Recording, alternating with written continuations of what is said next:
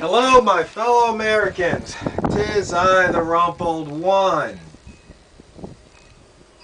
You know, government's been shut down. I already talked about that. But I happened to read Time Magazine. I have been making those Time Magazine videos because I guess not too many people enjoyed them. So I'm doing something a little different. But I was reading it in the 10 questions section.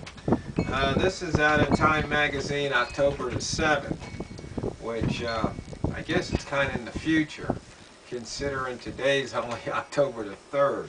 Anyway, 10 questions. Ex-Secretary of Labor Robert Reich. Now, this is something very interesting because you have to really listen to what somebody says and pay attention to the words they use so you can pick apart the fallacy. You know, once again, smoke and mirrors, sleight of hand, look over here while they do something over here. Well, the question that was posed to him was, pick one. Reform the tax code, reunionize the country, or increase the minimum wage. This was a follow-up question to a previous question about the economy and the capitalist system. So once again, pick one. Reform the tax code, reunionize the country, or increase the minimum wage. And Robert Reich replied, there's no magic bullet. You've got to do a lot of things we used to do. You have to have a tax code that is more progressive. You need to raise the minimum wage so that nobody who's working full-time live in poverty. Now the next question is, what should the minimum wage be? I would say that a rule of thumb ought to be, take the minimum wage of 1968, adjust for inflation and productivity. You get to around $15 an hour. Now,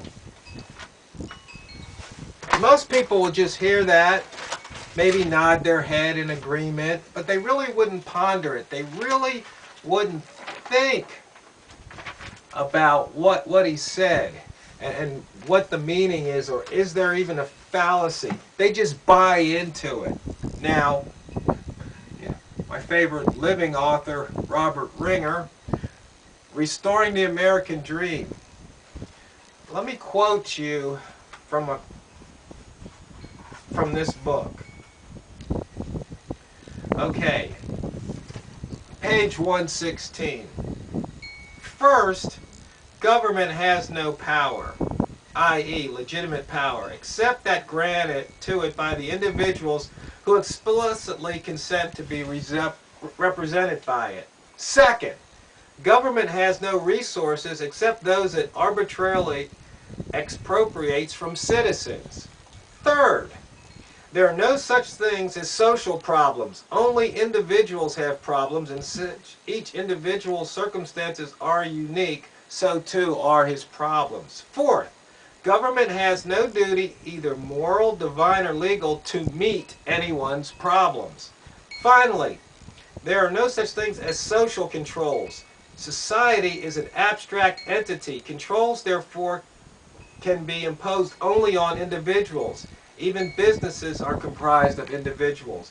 Government has no right to control the lives of individuals in any way except to prevent them from forcibly interfering with others. All other government control is aggression and is therefore immoral and illegal. Logic and morality notwithstanding, Franklin Roosevelt was determined to be a generous man with other people's money. Among a seemingly endless list of short-term expedient actions, he established the Social Security Act, introduced farm subsidies, brought us minimum wage laws, and created a multitude of government jobs programs. Worst of all, he initiated the soak-the-rich policy of taxation, which subjected persons with high incomes to unequal tax treatment, thereby initiating the economy crippling trend toward lack of incentive.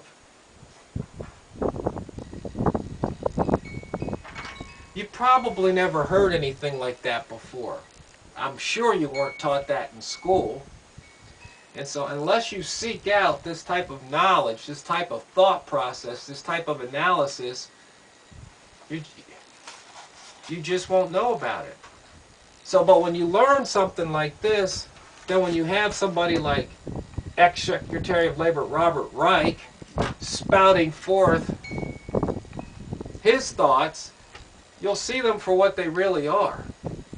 Fallacies, misconceptions, basically tyranny in disguise. Now let me read you from another page here in Robert Ringer. Page 207 says promoting unemployment. On the other side of the wage and price protection coin is the compilation of laws which force employers to pay artificially high wages or charge artificially high prices, fair pricing. Artificial high wage levels include both minimum wage laws and laws which force employers to negotiate with unions no matter how unreasonable their demands. The long-term result, of course, is detrimental to those who are supposed to be protected by laws. There is a simple business axiom which says that if wages are forced up, business hires fewer people. In the case of skilled union shop workers, what good does it do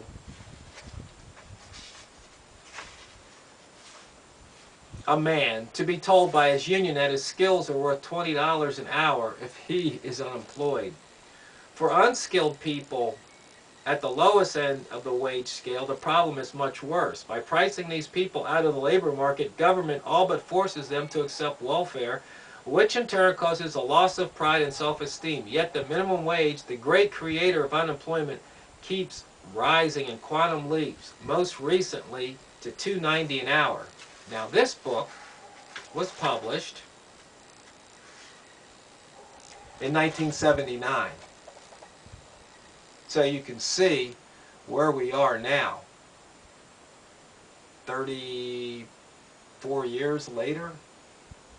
Minimum wage laws promote unemployment because people who might otherwise be hired at a lower wage simply are not hired.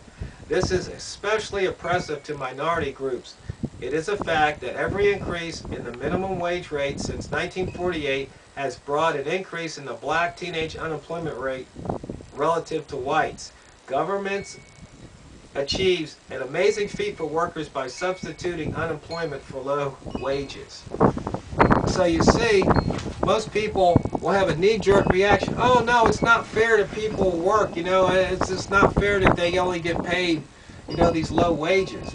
Well, you see,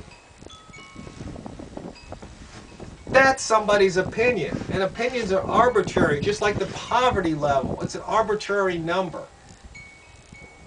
I just watched a video on the Dalai Lama, and they said if you want to see poverty, go to India. It says no matter how bad you are, when you go to India, you seem like you're doing a lot better than what you thought.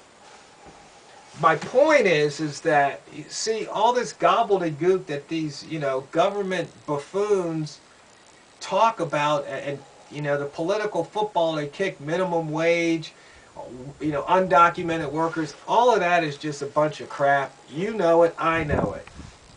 But the thing is that unless we pay attention and listen to what they're saying, a lot of it just goes right through, and we don't call them on their BS. You know, the news anchors, the news reporters, they don't call them on it. Very few do. There's a couple out there, but most of them don't. And that's just how it is. So, you know, the minimum wage is a slave wage. It's that simple. You see, corporations, or those people who started corporations, formed corporations, you know, if you go back in history, their ancestors were probably slave owners, but when they abolished slavery, they had to think of something else to produce the same result.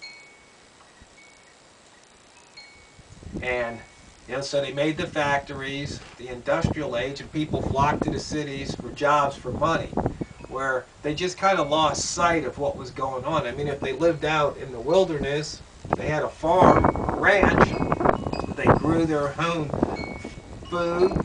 They raised their own animals for food. They were living. You know, it's not an easy life. It was hard. They worked hard, but they weren't beholden. And then, you know, the big corporations enticed the kids away to the city, and history speaks for itself. But I guess there's some people like me who said, you know what, tired of the nonsense. We left the corporate world, got a place out in the country, and this is what we're doing now. In the prepper movement, homesteading movement. So the thing about minimum wage is, it's a fallacy. And part of the problem is that if you look at the minimum wage jobs, most of those jobs can't be automated. They need a person there. It might be low skilled, no skilled person, but they still need a warm body. Well, if the people, the collective thought, if they realize this, then they could demand higher wages. They could say no. Now, of course, you can't get all people to do something, but if it only takes enough people, especially in small towns like Mayberry here. I mean, if the people just said, you know what, they said to Walmart, we ain't working unless you pay us X number of dollars per hour. Walmart would have one of two choices, either raise the wage or shut the doors. I mean, that's pretty much what would happen. But you see, you have to get somebody to stick together. It's not necessarily a union, but it's a united force. And once they get what they need, then, you know, get rid of the union. You don't need union leaders. You don't need union dues to enrich the union leaders, because then it just becomes another gang. But the people aren't taught this. They're not taught this in school, and after a certain point in time, you know, you just can't free your mind, like they said in The Matrix, because the mind just won't accept certain things. And that's what happens. People get old, they get set in their ways, set in their beliefs, try and teach an old dog a new trick, and most times it's just not going to happen. So that's where we are.